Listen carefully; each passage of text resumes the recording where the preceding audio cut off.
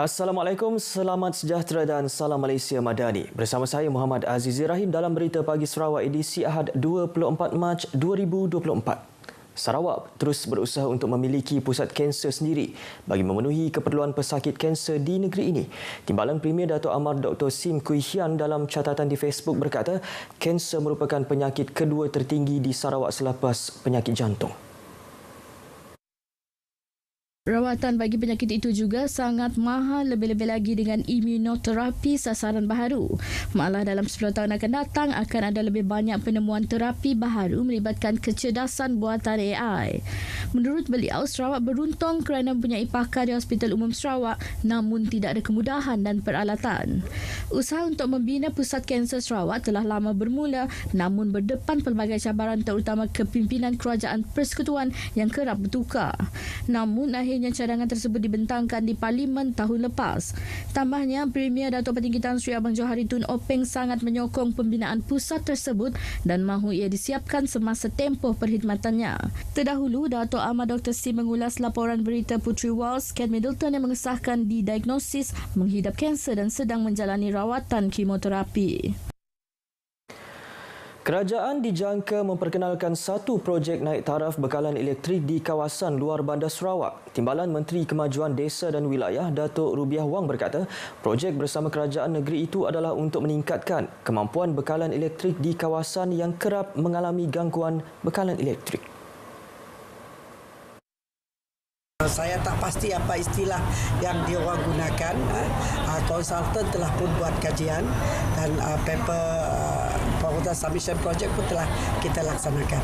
Dan kita jangkakan kalau tak dapat dilaksanakan dalam RMK 12 akan dibawa kepada RMK 13. Jika dilaksanakan projek terbabit berupaya menstabilkan bekalan elektrik di kawasan Asajaya, Simujan dan juga Gedong yang didiami sekitar 70,000 orang. Katanya kawasan Asajaya kerap mengalami gangguan bekalan elektrik khasnya ketika musim perayaan. Datuk Rubiah ditemui pemberita selepas program pautan kasih Parlimen Kota Semarahan di Kampung Sebandi Matang, Asajaya. Dalam program tersebut, kira-kira 300 asnaf serta mereka yang kurang berkemampuan menerima sumbangan sempena Hari Raya.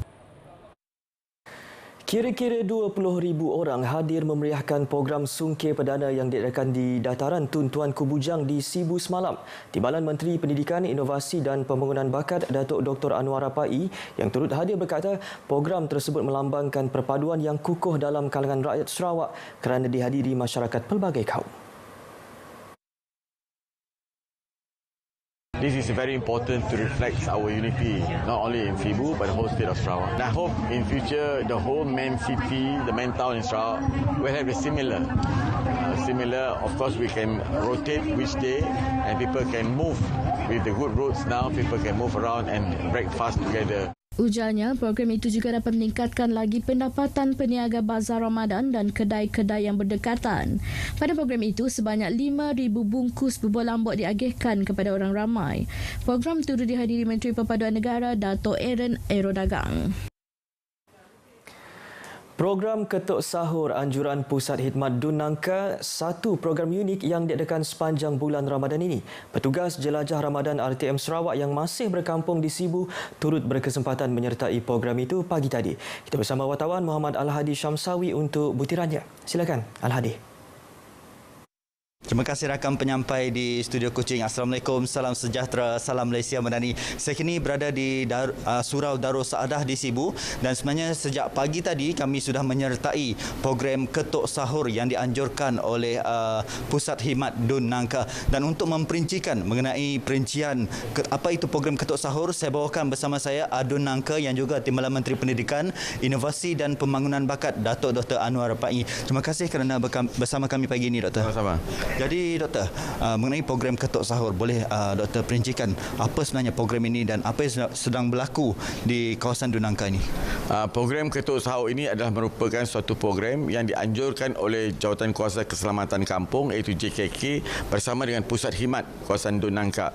Ia merupakan suatu program di mana setiap JKK ataupun setiap kampung akan menyediakan jawadah untuk pihak kampung dan mereka akan mengetuk setiap rumah lebih kurang 50 buah rumah setiap kawasan untuk menghantar juadah untuk mereka bersahur. Ini akan melibatkan lebih daripada 500 buah rumah di kampung-kampung di sekitar kawasan Dun Nangkak, dan ini adalah merupakan siri yang ketiga di mana pada pagi ini kita di Kampung Pak Idris untuk mengedarkan juadah bersahur untuk penduduk di kampung tersebut. Jadi Doktor, selain menghantar juadah-juadah untuk bersahur, apa lagi perkara utama yang mahu disampaikan dalam program-program lawatan seperti ini? Saya mengambil kesempatan program untuk ke rumah-rumah ini adalah untuk juga melihat keadaan mereka, kedudukan mereka dan bertanya khabar. Tetapi yang paling penting ialah untuk bertanya respon mereka mengenai apa yang kita rancang pada ketika ini, iaitu pembangunan semula Kampung Datuk dan Kampung Hilir termasuk Kampung Baru dan di sekitar kawasan-kawasan ini, di mana pembangunan ini akan melibatkan pembangunan semula kampung, iaitu melibatkan mereka didirikan rumah yang baru, yang lebih baik, yang lebih selesa untuk para penduduk kita. Dan inilah merupakan suatu kaedah yang hendak saya berjumpa mereka lebih dekat. Saya lebih suka untuk bertanya satu dengan satu daripada kita berdialog. Mungkin ada di antara mereka tidak dapat menyuarakan masalah ataupun isu-isu yang mereka hendak sampaikan kepada saya. Jadi bagaimana respon penduduk setakat ini? Alhamdulillah, respon mereka amat baik, terutamanya kepada keluarga tambahan ini. Ini yang paling penting disebab keluarga tambahan inilah yang memerlukan rumah yang sebenarnya.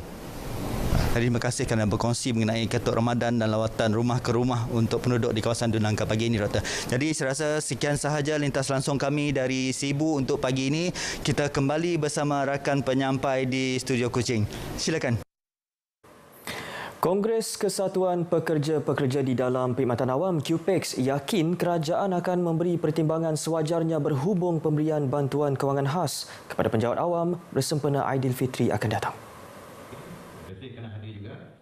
Presidennya Dato' Dr. Adnan Mat optimis Kerajaan Persekutuan akan mengekalkan tradisi pembayaran bantuan khas Aidilfitri sebagai tanda penghargaan selain membantu penjawat awam dan pesara membuat persiapan Aidilfitri.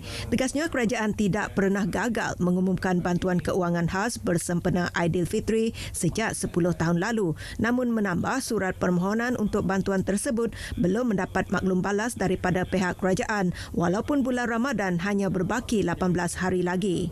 QPEX kita telah pun memohon kepada Yang Amat Berhormat Perdana Menteri Datuk Seri Anwar Ibrahim supaya dapat terus mengekalkan tradisi sebagaimana tahun-tahun sebelumnya untuk memberi bantuan khas Aidilfitri kepada penjawat awam dan juga pesara-pesara di luar sana. Menurut beliau, beberapa negeri seperti Selangor, Pulau Pinang, Perak dan Johor serta Sarawak telah mengumumkan bantuan keuangan khas perayaan. Tambahnya, kaki tangan awam persekutuan tidak menerima bonus tahun ini seperti yang diterima kaki tangan awam negeri. Sebaliknya diberi bayaran insentif awal sistem saraan sebanyak RM2,000. Justru QPEX berharap bantuan keuangan khas Aidilfitri sekurang-kurangnya setengah bulan gaji dapat dipertimbangkan. Dr. Adnan berkata demikian selepas program Ihya Ramadan bubur pedas QPEX Sarawak di Kuching. Baik, berita pagi Sarawak berakhir di sini. Ikuti Stadium RTM selepas ini untuk perkembangan sukan tanah air dan antarabangsa. Dari sungai hingga segara, Palestin pasti merdeka. Assalamualaikum.